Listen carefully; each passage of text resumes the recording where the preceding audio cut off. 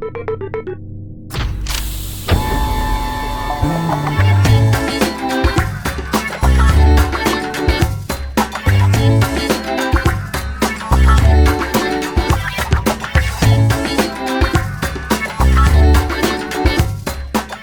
everyone, welcome to BrickVault. Today I get to do a LEGO collection review video for you. This is from the space theme, or one of the several LEGO space themes over time. This is every single LEGO Life on Mars minifigure ever made.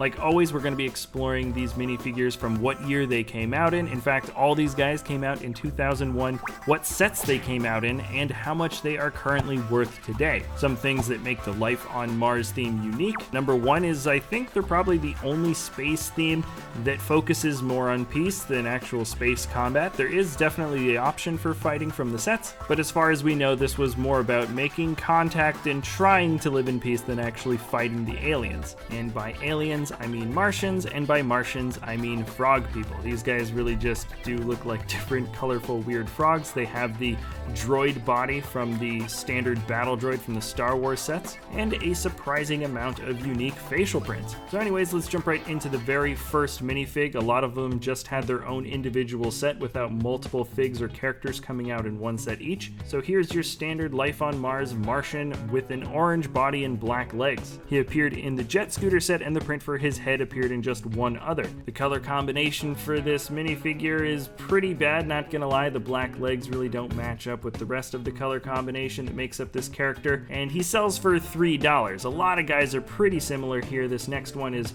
all orange, or at least his legs and body are both orange this time around. He came from the Worker Robot set, and like the last minifigure, the facial print only appears on one other guy later down the line. Like many of these figures, very few of them are actually left in new condition, but you can still find them pretty darn cheap, being $2. So they're kind of rare, but not that well sought after. Now let's move on to our first Martian that actually has a name. This is Altair. All the Martian names are based on actual real star names that exist somewhere in the galaxy, and he appeared in two different sets, the Red Planet Cruiser as well as the Altair Polybag. He is $3, and it's interesting to note that his legs and body piece, this is the only time you can get them in lime green, so they're pretty rare parts. The same goes for just the legs with this next guy, Antares. His legs only come in white from this one set, Recon Mech RP. This is that repeat of the same face print, though the shading does feel a little bit different from the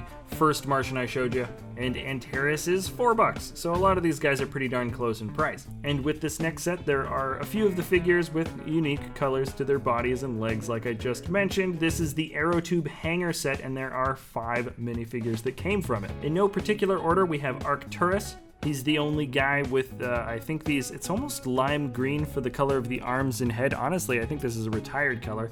He's got bloodshot eyes, and the pieces for his body are also unique just for the colors that they're molded in. He is $6. And then here is Mizar with the lavender body, also unique colors for the body.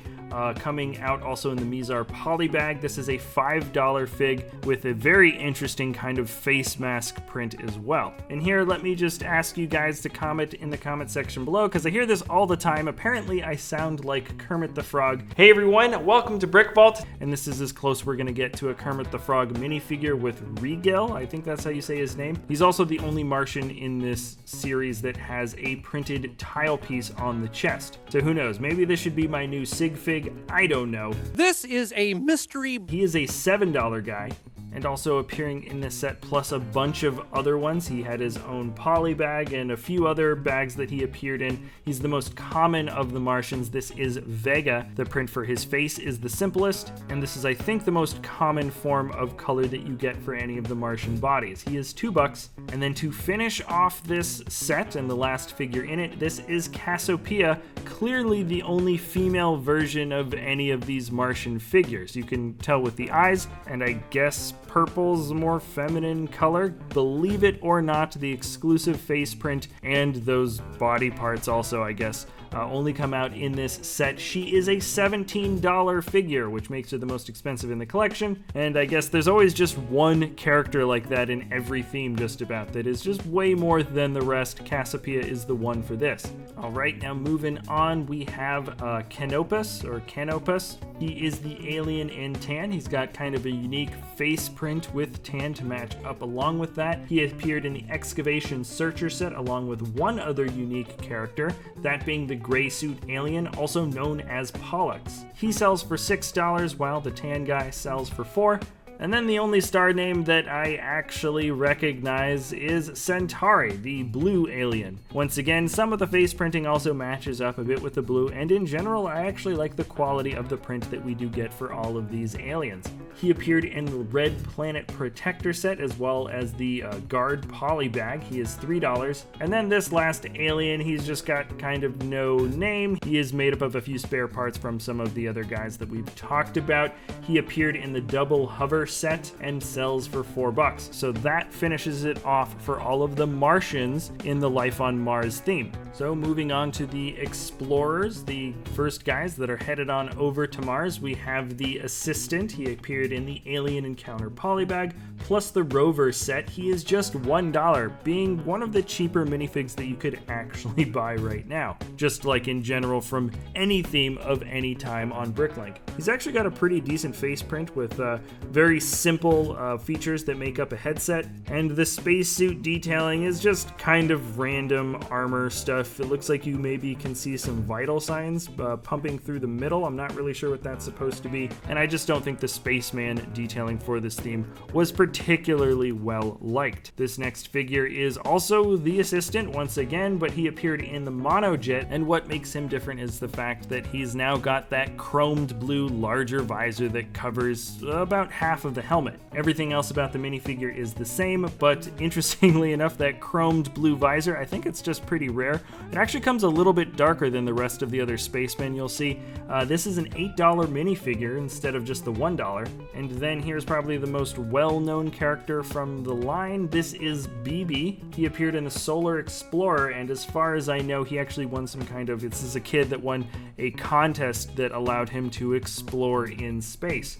He's got that chrome blue visor as well, though it looks a little bit lighter than the last chrome blue, so who knows, maybe there was a slight color difference between the first and the rest of the figures. But he's also got that headgear helmet piece that goes all the way around the shoulders, molded in chrome blue, which does look pretty good, though it doesn't necessarily match up with the rest of the detailing on his body. His face print is also a little bit strange. His eyes almost look like alien eyes, to be perfectly honest with you. BB is $6, and then we get the Doc that came from T3 Strike Set as well as the Solar Explorer.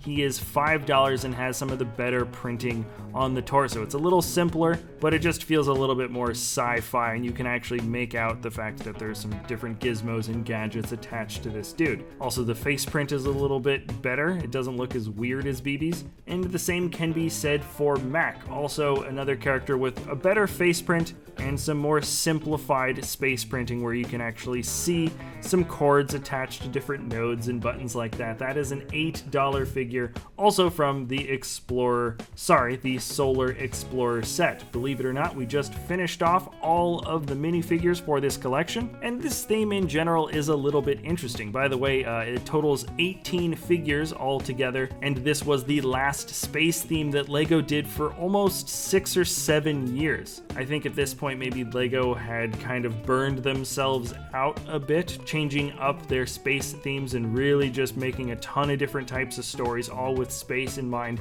and perhaps they maybe burned out a bit of their LEGO audience. Either way, I don't really know why, but this was the last one that came out in a while, and personally I don't think it was one of their strongest. Some of their sets were kind of unique, particularly the Aerotube hanger, but I can't say that any of them were my favorite, or even close to some of my favorites.